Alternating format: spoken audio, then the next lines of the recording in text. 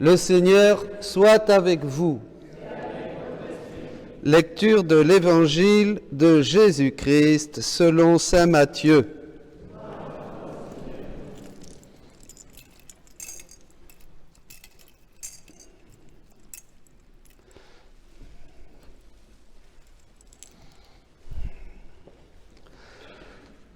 En ce temps-là, les 11 disciples s'en allèrent en Galilée, à la montagne où Jésus leur avait ordonné de se rendre.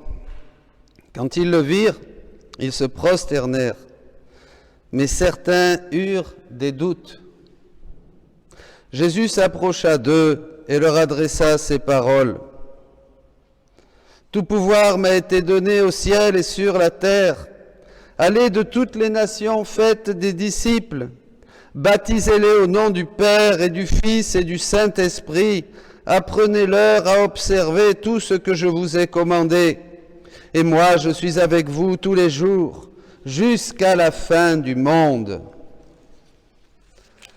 Acclamons la parole de Dieu.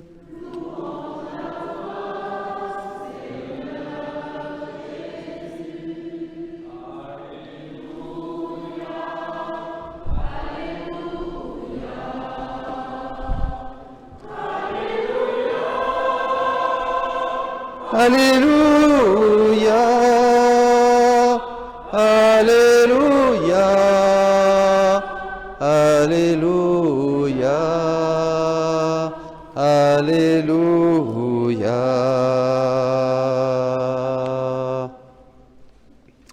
Asseyez-vous.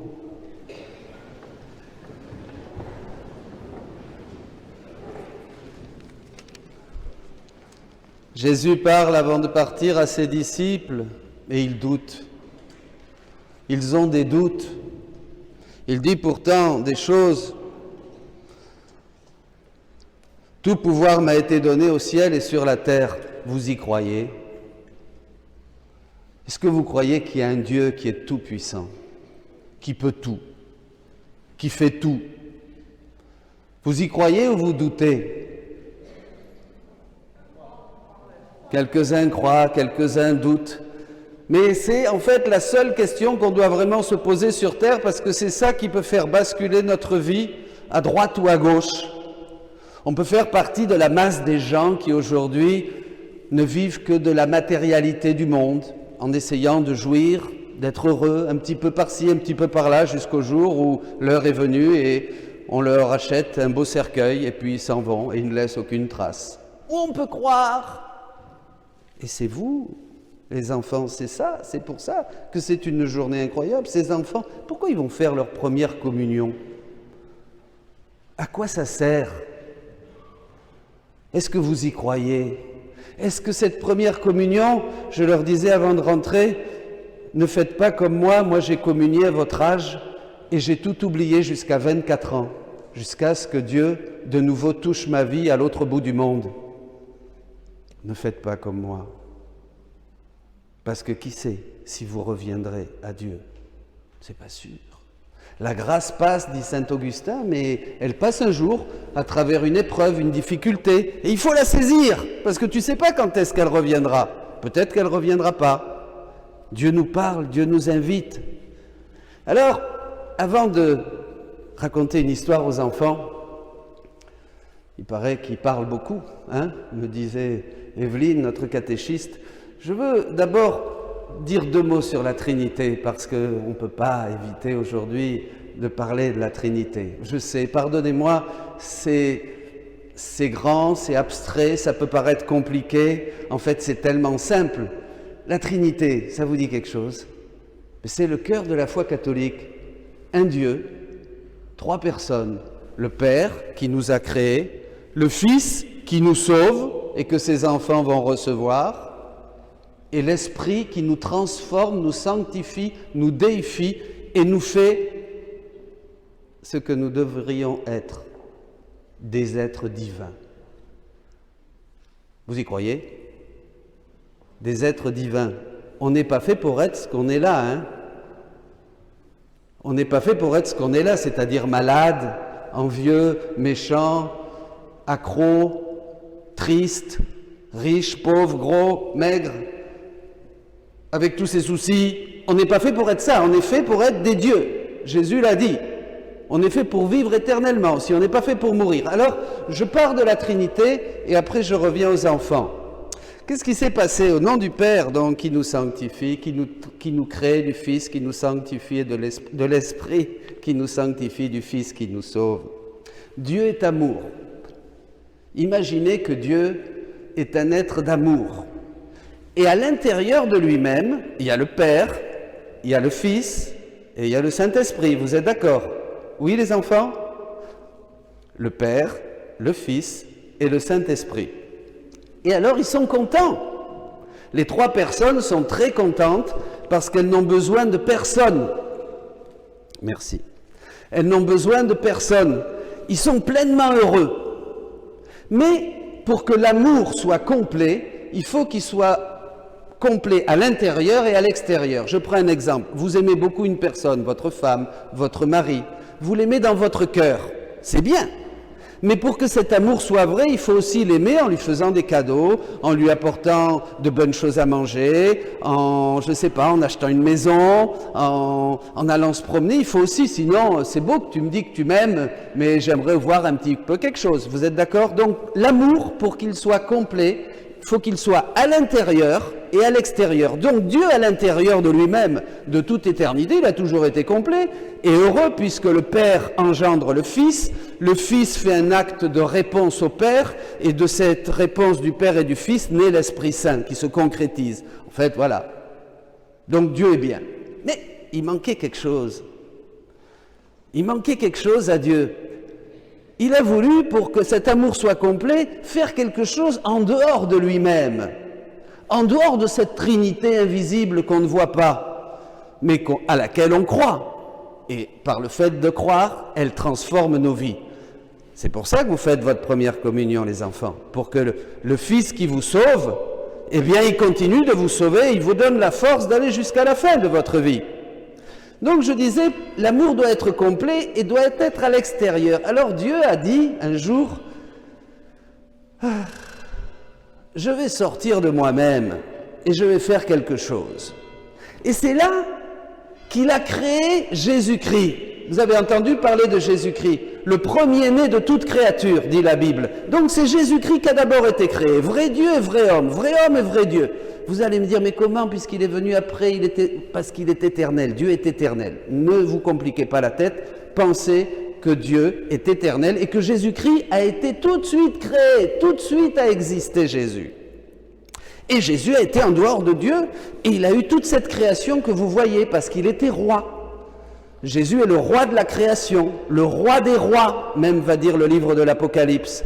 Il était roi, il était heureux et Dieu pouvait se donner à l'extérieur. Il avait créé à l'extérieur un royaume, quelque chose de merveilleux. Jésus-Christ, le Verbe de Dieu s'est fait chair. Il était là et c'était l'homme parfait. C'est lui l'homme, à l'image et à la ressemblance de qui nous avons été créés, dit la Bible. C'est Jésus d'abord, c'est pas nous, qui avons été créés, puis après Dieu a dit, je vais les arranger un peu, alors mettez un peu de maquillage, je vais les mettre, celui-là je vais lui mettre un pantalon, elle je vais lui mettre une belle jupe blanche, et puis comme ça ils vont ressembler un peu à moi. C'est pas ça. Dieu est parfait. Jésus était tout beau, tout saint, magnifique, merveilleux. C'était le premier-né de toute créature. Et toute cette création que vous voyez, ça c'est important parce qu'on ne sait pas pourquoi on va à la messe. On ne sait pas pourquoi on fait faire le baptême, on baptise les petits aujourd'hui, on fait faire la première communion aux enfants. Pourquoi? On va comprendre. Qu'est-ce qui s'est passé? Donc Dieu a fait pour Jésus, en dehors de la création, un royaume. Puisqu'il a dit, Dieu, que tout a été créé pour lui, par lui et en lui. Pour lui, par lui et en lui, dit la Bible dans Saint Paul. Donc tout le monde créé, ça n'a pas été créé pour nous, ça a été créé pour Jésus. Parce qu'il est le roi. Il est le roi. C'est la première créature qui sort de Dieu et qui a tout fait et pour qui tout a été créé. C'est formidable. Mais il était triste, Jésus, parce qu'il était roi et il n'y avait pas encore de reine et de roi. Vous comprenez? On n'était pas là. Alors, il a voulu faire un royaume. Et il a créé l'homme et la femme, comme lui, avec des yeux, avec un nez, avec des oreilles, avec des pieds, avec des mains. Vous voyez, l'homme ne vient pas du singe. Hein, il n'y en a aucun qui ressemble à un singe ici. Hein? Bon, alors, hein, il y en a qui disent si. Non, c'est pas vrai. Hein? Alors, qu'est-ce qu'il a fait, Dieu? Eh bien, il a créé, parce qu'il ne voulait pas être roi tout seul. Vous avez vu un roi qui n'a pas de royaume, vous? Un roi, il faut qu'il ait des sujets, il faut qu'il ait un royaume, il faut qu'il ait des gens. Il était tout seul. Jésus était le royaume de Dieu, mais il était tout seul. Alors qu'est-ce qu'il a fait? Eh bien, il nous a tous créés à son image et à sa ressemblance, dit la Bible. C'était merveilleux. Et, comme dit encore la Bible, il était vraiment le roi des rois. Mais qu'est-ce qui s'est passé?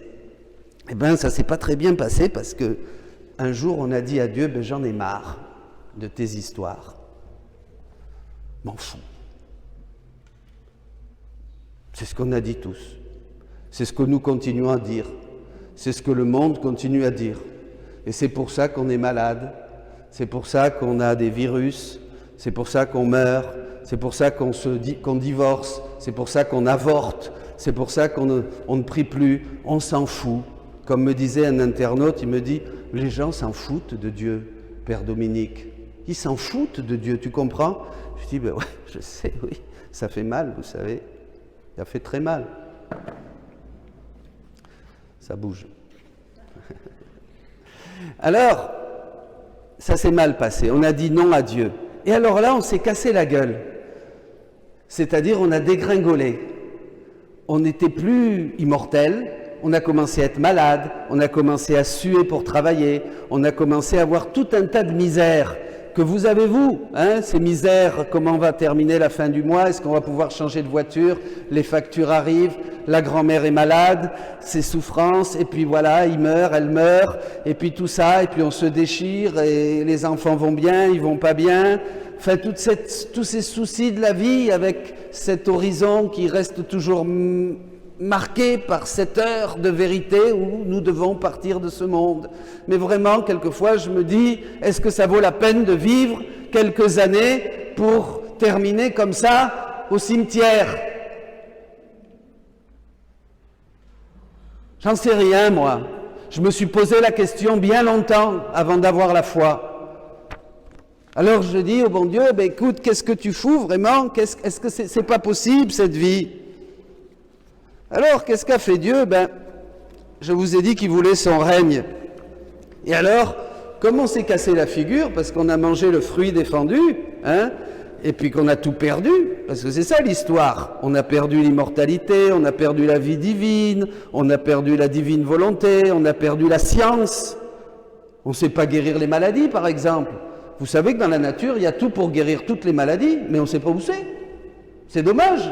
Parce qu'on a perdu l'intelligence divine, toutes ces choses qui nous faisaient comme Jésus. On était des petits dieux.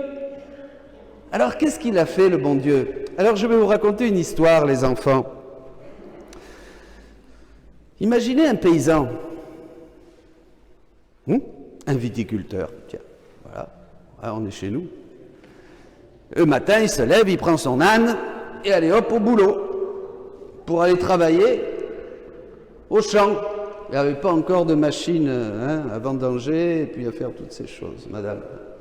Voilà, ça c'est après. Bon, on prend l'âne, d'accord, ça va? Il prend son âne et puis il va à son champ pour travailler. Qu'est-ce qu'il veut? Quelle est la finalité de ce paysan? Travailler dans son champ pour avoir une bonne récolte. Et il a besoin du petit âne. Mais le petit âne, il passe à côté d'un précipice et pouf, il tombe. Ah là là là, boum, boum, allez, au fond du précipice, au fond du ravin. Ah ben, il est bien embêté, le paysan, parce qu'il n'a plus l'âne. Et sans l'âne, il ne pourra pas travailler. Il ne pourra pas, impossible. Il ne pourra rien faire sans l'âne. Alors qu'est-ce qu'il fait? Il va chercher une corde, il envoie la corde et il l'accroche, il met un crochet et il accroche l'âne. Là où ça, alors un coup à l'oreille, un coup à la patte, un coup à l'estomac, un coup au cou, comme ça, l'âne hurle évidemment. Mais lâche-moi, mais il est fou, il me détruit, il m'accroche, et puis il tire sur la corde pour faire remonter l'âne du ravin. Et l'âne gesticule, il bouge les pattes, il insulte, il dit des gros mots, vous voyez, un truc pas possible. Évidemment, on n'a pas du tout, il me fait mal, mais il me fait mal. Et en fait, il le remet sur terre, hop, d'aplomb, l'âne est sauvé. Il est content, le paysan. Et il va au champ. Pensez que ce paysan, c'est Dieu, c'est l'agriculteur, c'est le viticulteur. L'âne qui tombe, qui c'est? Première question. Alors, qui c'est l'âne qui tombe dans le ravin? Hein? Tu sais pas? Tu sais pas? Tu sais pas? Toi? Hein? Nous? Mais oui, c'est nous. C'est nous dans le ravin. Dieu, au départ, il nous a créés pour que nous puissions travailler avec lui, faire de grandes choses. C'est ça le royaume de Dieu dans la Bible. Faire de grandes choses avec lui, travailler, cultiver la terre, c'est-à-dire chercher les âmes, annoncer l'évangile, être saint, construire un royaume d'amour, de paix, pas de guerre, pas de haine, de violence, de meurtre, d'homicide, de toutes ces choses, de divorce, d'avortement, de violence, de tout ce qu'on vit aujourd'hui. Dieu n'a pas créé ce monde, donc il nous avait créé pour un royaume d'amour et de paix, puisque lui, il est le royaume. Je vous ai dit qu'il voulait des rois, des reines, parce qu'un roi ne peut pas être seul. Dieu a dit, il n'est pas bon que Dieu soit seul, il n'est pas bon que l'homme soit seul, mais il dit qu'il s'est dit à lui-même d'abord, je ne veux pas être seul, je veux des reines, je veux des rois, je veux être roi avec mon royaume. Ça c'est Dieu. Et nous sommes l'âne qui est tombé. Et ces douleurs, cette corde qui nous accroche, c'est la croix. C'est la croix. C'est le salut, c'est la rédemption. Et oui, c'est pas agréable, la croix, les épreuves, les difficultés. Mais quand on les vit avec amour, la croix, c'est ça qui vient nous chercher, c'est le baptême, c'est l'Eucharistie, c'est ce que vont recevoir ces enfants. On ne savait pas ça. Si vous recevez l'Eucharistie, c'est la corde qui va chercher chacun d'entre vous. Parce que vous ne connaissez pas beaucoup Dieu, parce qu'on ne connaît pas beaucoup Dieu, on ne sait pas trop ce qu'on fait sur terre, on ne nous a pas dit qu'il fallait faire des choses spirituelles. Nous, on vit pour manger, pour boire, pour dormir, faire des enfants, et puis voilà quoi, oh, qu'on ne me demande pas de trucs trop compliqués. Et pourquoi on fait des prières? Pourquoi on baptise? Pourquoi vous baptisez vos enfants? Pourquoi vous faites la première... Pourquoi elles sont en blanc, là? Okay, ça va pas ou quoi? C'est du théâtre. C'est une mascarade. Elles sont habillées en blanc, les petites. Qu'est-ce que ça veut dire, ce blanc? C'est parce que... Mais non, le blanc, c'est parce que vous avez revêtu le Christ. C'est le vêtement de votre baptême. Vous êtes des reines. Mais vous êtes des reines qui ont oublié qu'elles sont reines. Vous êtes des reines, comme nous aussi, qui sont tombées dans le ravin et qui ont mal. Alors, Dieu qui est bon, comme il veut que vous travailliez avec lui à sa vigne, venez, vous êtes ces reines, mais vous êtes tombées. Eh bien, il va vous chercher. Et qui c'est qui vient vous chercher? C'est Jésus, le Père qui nous a créés, le Fils qui nous sauve, l'Esprit qui nous sanctifie. Elles vont recevoir Jésus qui les sauve. C'est-à-dire que quand on commence à communier au corps et au sang du Christ avec amour, on est transformé. Je leur parlais au début, je leur disais, faites pas comme moi, parce que moi j'ai été cet âne, et très âne, dans le fond du précipice, jusqu'à 24 ans, de ma première communion à 24 ans. Et Jésus est allé me chercher. J'ai pas aimé ça, il m'a tiré dessus, là il m'a mis le crochet et tout ça, puis il m'a foutu debout quand même. Et il m'a dit, maintenant que je t'ai sauvé, bosse pour moi s'il te plaît. Travaille, aide-moi. Vous mes enfants, si vous êtes si belles maintenant, vous n'êtes pas dans le ravin. Dieu vous donne une nouvelle chance. Et à vous aussi, à tous, Dieu nous donne une nouvelle chance. il vous dit, écoute, tu as peut-être oublié la raison pour laquelle tu existes.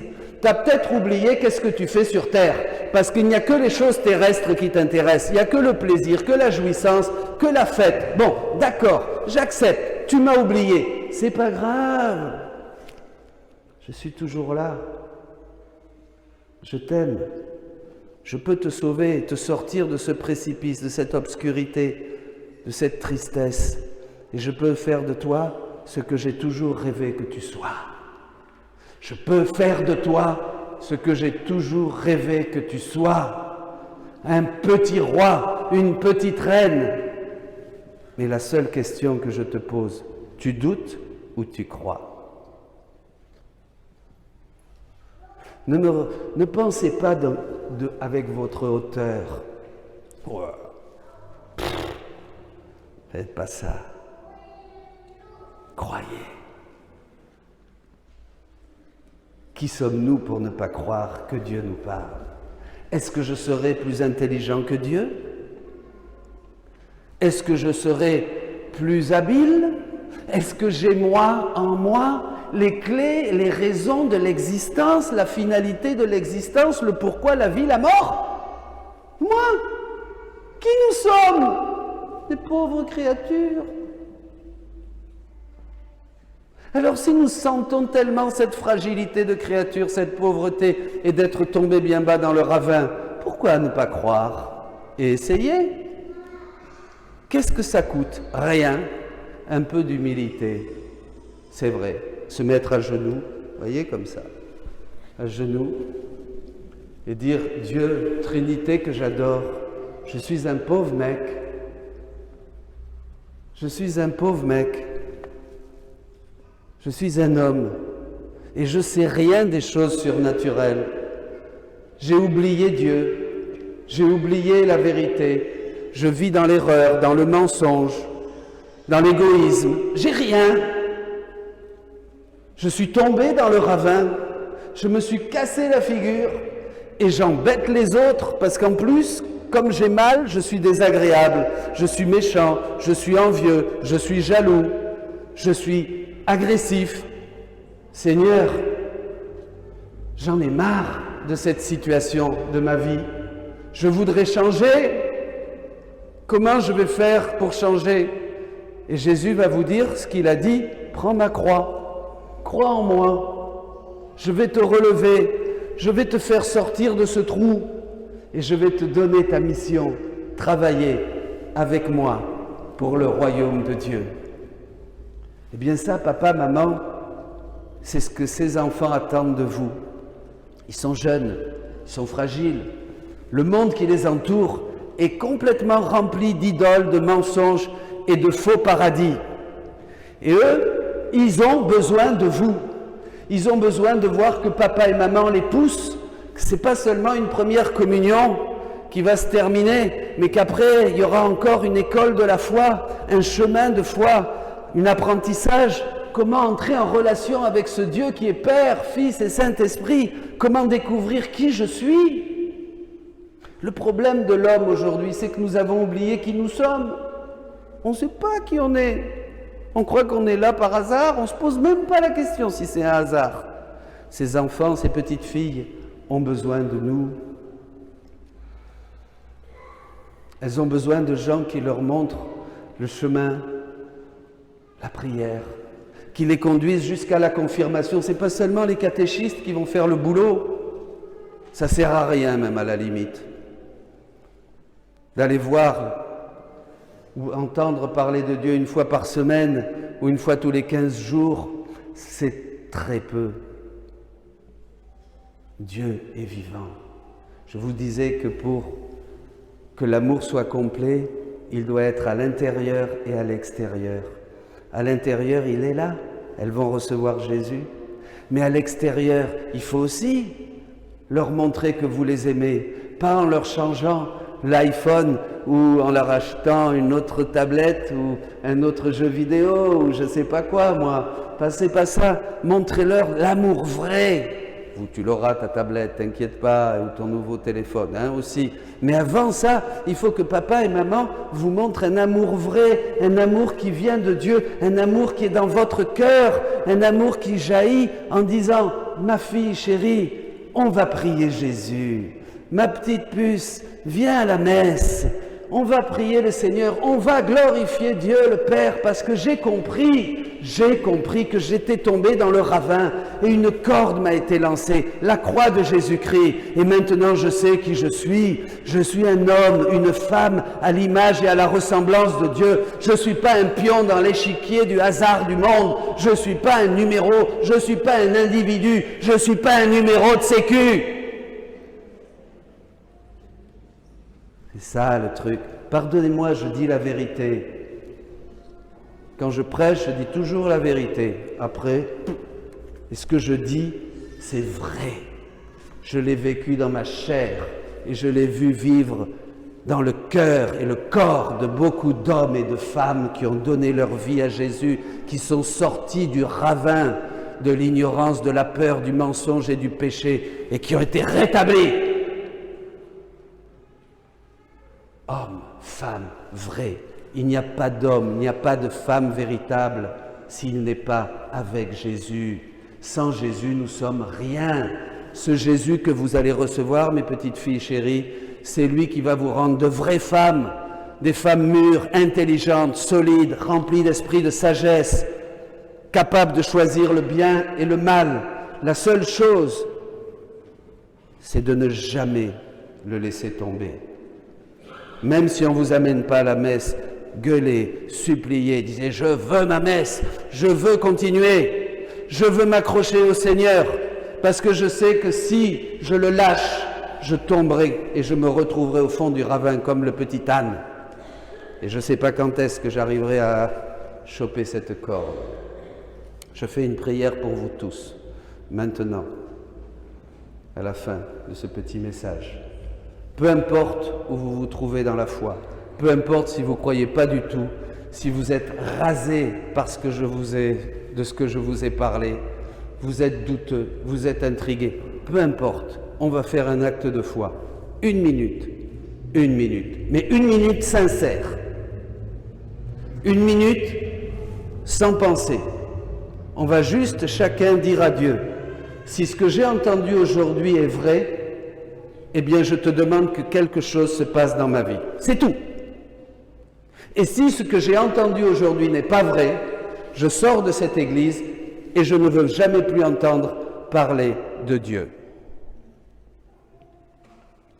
D'accord ? Si ce que j'ai entendu aujourd'hui est vrai, vous allez dire au Seigneur qu'il se passe quelque chose dans ma vie. La corde. Et on revient sur terre. La vraie terre.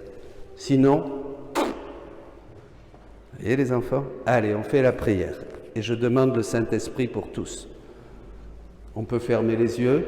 Honnête, soyons honnêtes. Moi je suis honnête, tout le monde est honnête. Vous aussi les enfants. Vous allez faire votre première communion. On est honnête. On va juste dire, personne ne le verra. On dit dans son cœur, maintenant, je demande que le Saint-Esprit descende sur vous, vous donne une lumière, une grâce, une intelligence des choses vraies qui existent de toute éternité. Je demande au nom de Jésus que le Saint-Esprit vienne libérer vos intelligences, les illuminer, et que vous puissiez faire cette prière maintenant. Dieu, si ce que j'ai entendu est vrai, fais que ma vie puisse changer le plus vite possible.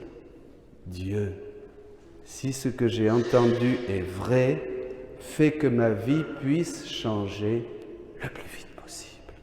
Avec moi les enfants.